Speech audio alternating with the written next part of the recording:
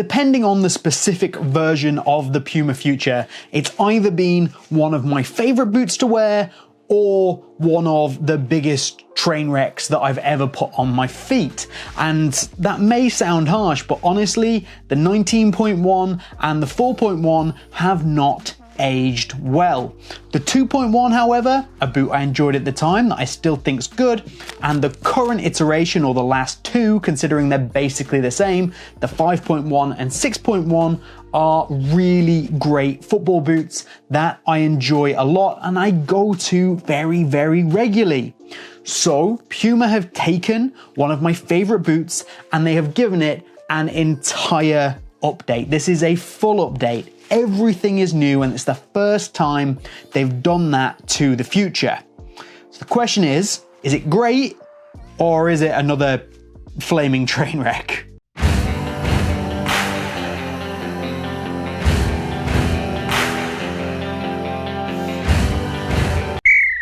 What's up guys, I'm James and welcome to BootWizard Boot Reviews. Yes, of course, today we're going to be looking at the Puma Future Z. So this is the brand new boot for Neymar. So he's going to be rocking this, and according to Puma, he had a hand in designing this, and I'm immediately going to call bull manure on that. Don't believe it for a second, but it is an agility boot. It's designed for those players that want to make quick cuts, make those movements, and more importantly, it's a boot that is simply designed to be very comfortable and fit really, really well with some new tech. And I think that's quite exciting. It's not something that we see very often, is a boot that's purely designed around the idea of here, this is so you can be comfortable and so that a boot fits you really well.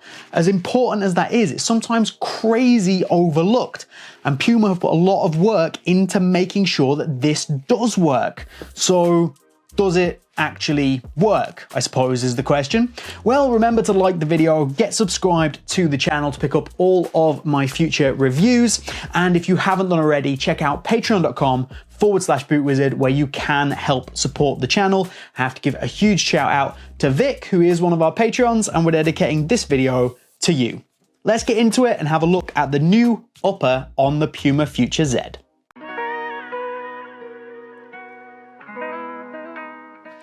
There's about 4 or 5 different elements to consider on the Puma Future Z upper, and usually that's not a good thing because it leads to kind of a messy feeling in the upper and a variety of different feelings on your feet and touches on the ball. It's not really a problem here, but we'll start from the front and kind of work backwards through this super interesting stretchy material in the middle.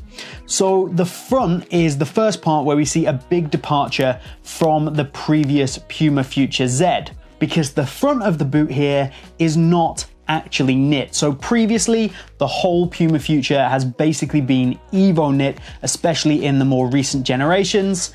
This is not the case. What you've got here is a textile material with a top coating, which is the Grip Control Pro, which is the same as you got on the previous generation. So this front area here was your Grip Control Pro element, and it's exactly what you've got here. In name at least, it does not feel the same in terms of the actual texture, and if it wasn't for these raised areas, it certainly wouldn't have the same grippy nature, but it does have an almost waxy feeling. But back to that textile base. So this is a textile base through the forefoot of the boot with a padding on the inside, which is super important to the touch and feel of this boot. This is super soft, super comfortable, and it's not going to give you a really close to the ball feeling or anything like that, but that's not a problem because it's not really what this boot is about, and every boot seems to want to offer that these days. So to get something with that kind of classy, more elegant, really soft feeling in the toe box is actually fantastic, and I probably wouldn't have complained if they'd made the rest of the boot out of this textile material. Obviously, you need some more structure here and there to make the boot work, but the forefoot, the textile, and especially that bit of padding that runs through the forefoot is actually really, really nice. Moving further up the boot, you move into where the laces are and into this Fusion Fit band system. Fusion Fit spelt with a Z, of course, because it's the Puma Future Z. I'm going to say Z, it can be Z, your choice, whatever you want to go with.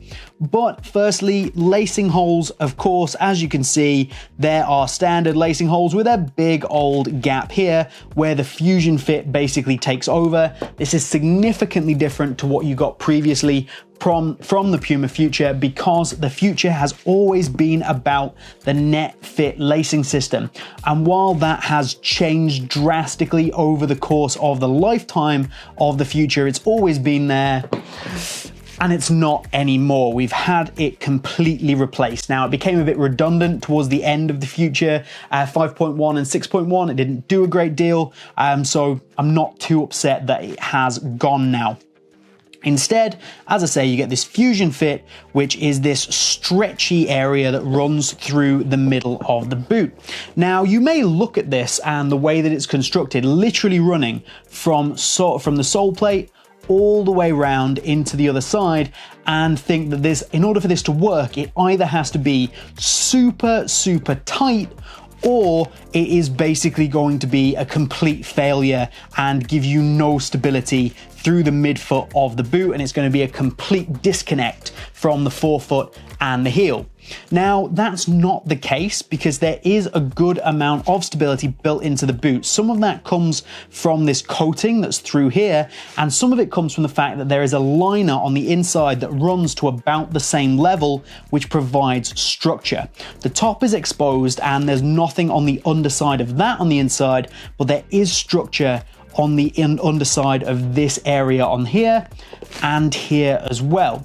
Now, the positive there is that obviously it keeps the boot responsive, it keeps the boot locked around your foot, and it helps the lockdown as a whole on this boot, which is actually surprisingly good, especially considering this super weird massive X through the middle of the boot, which you would expect to have a negative impact. Doesn't at all. The downside being that it also means that this kind of stretchy area doesn't do a huge amount. It does add a little bit of compression, but for all the hype and the huge, obviously, design feature that they've made this, it doesn't make a huge difference to how the boot fits and feels. It's there, a little bit of compression's noticeable, but it doesn't do a huge amount, if I'm being honest with you. As you transition backwards from this Fusion Fit band, you then go into an Evo Knit collar, which is what we've had before here, and the Evo Knit is fine. It's really nice and stretchy. I don't really have any problems with it at all. And then that keeps going back into this heel area, which is interesting because outside of the area that is Evo Knit, which apparently now is Evo Knit Pro, slightly different, I assume. The material is quite thin, a little stiff, a bit plasticky, and the heel counter is actually really large and runs around the inside of the boot for quite a long way. Now, again, I was worried that this was going to lead to maybe an uncomfortable sensation, especially when you pick it up. It doesn't, not in any way. This is actually a really good heel counter, and one of the things that I can praise about this boot is actually the heel lockdown. Looking at the sole plate, something that I can say is pretty exceptional in some areas and does some stuff that I really, really enjoy. It's not perfect, but what it does offer is excellent, especially through this midfoot and heel area. The stability here is unbelievable. It's actually fantastic. Now, I enjoy a boot that has a more stable midfoot and heel, and this has that in abundance. I am very happy with the stability here. It's not overly rigid that it feels uncomfortable, and when you combine the way that this sole plate feels with that kind of really big heel counter, I just feel really responsive and secure through that whole back kind of 2/3 of the boot, and I think that's excellent and does play into giving you a nicer feeling on the ball. A lot of that then transfers through to the forefoot, where I do have a small criticism, and that's because a lot of that stiffness and rigidity does follow through into here, and I find that especially out of the box this was a bit stiff. It takes a little while to break in the forefoot to get it to flex and bend in a way that I wanted it to. And when you consider that all of the studs, which are kind of part designed for rotational movement because they have the moon shape, the half moon shape with the rounded outside and then the flatter inside, this is usually a good stud shape for giving you a decent traction in the ground and also good rotational movement, and they've been positioned fairly well throughout the boot. But there's not really much to go with that. There's not much to complement that in terms of how the forefoot of the boot moves. It's just a little bit overly rigid. It's not something I usually complain about in, for example, say a speed boot. Like, I've certainly not complained about that with a Mercurial or an X, but that's not what this boot is for. It's not how it's designed, and it's not what the studs are designed to do. So I would like a little bit of extra flexibility up here, but as I say, it does break in reasonably nicely over time, and I'm maybe nitpicking, and I have to say midfoot and heel really, really solid, and I think they've done a fantastic job with that. Let's take a look at the weight. So remember, the Ultra from Puma comes in at 160 grams, is the lightest generally available boot on the market right now. And we put the Future on there. We're coming in at 214 grams. So you're a lot heavier than the Ultra, but I have no complaints about the weight here. The way that the boot feels, the way that the touch on the ball that it gives you, and the way that it's designed, 214 grams is not a problem in the slightest. It's not a heavy boot. If you are looking for something that is super lightweight, then just look for a speed boot. Go and pick up maybe the Puma Ultra. There are light options out there. This isn't a heavy boot. It's not one of the lightest boots around, but there's no need to complain about the weight, and it suits the boot really nicely, and it's a weight, it's kind of a balance that I do really like. The value here, Puma have kept their boots at the standard price that we've been expecting to pay over the last couple of years. It's £180 or €200, which for a very top-end football boot in today's market is a really good price. No, it's not cheap, but when you compare it to what you pay for a Nike Elite level boot, an Adidas Plus level boot, a New Balance Pro level boot, all of them are more expensive than this, and this is a good value for money, brand new top end option from a big 3 brand, a big 4 brand. It's just a good price, and if you're looking to get good value for money out of a brand new football boot from a big brand, Puma really is an excellent way to go, and both this and the Ultra are well worth considering. If you want to pick up either of these, I will leave links down in the top comment and in the description so that you can do so, and I'll try and find some sale options for these ones for you as well.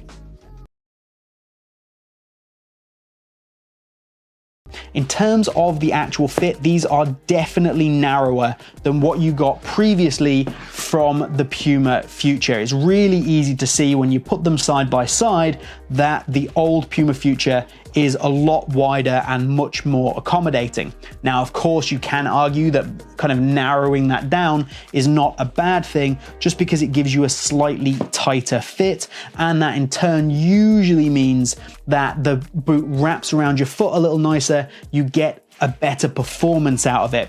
It does mean that if you are running a wide foot, it's going to be less good for you, although it's still a reasonable boot to try if you do have a wider foot.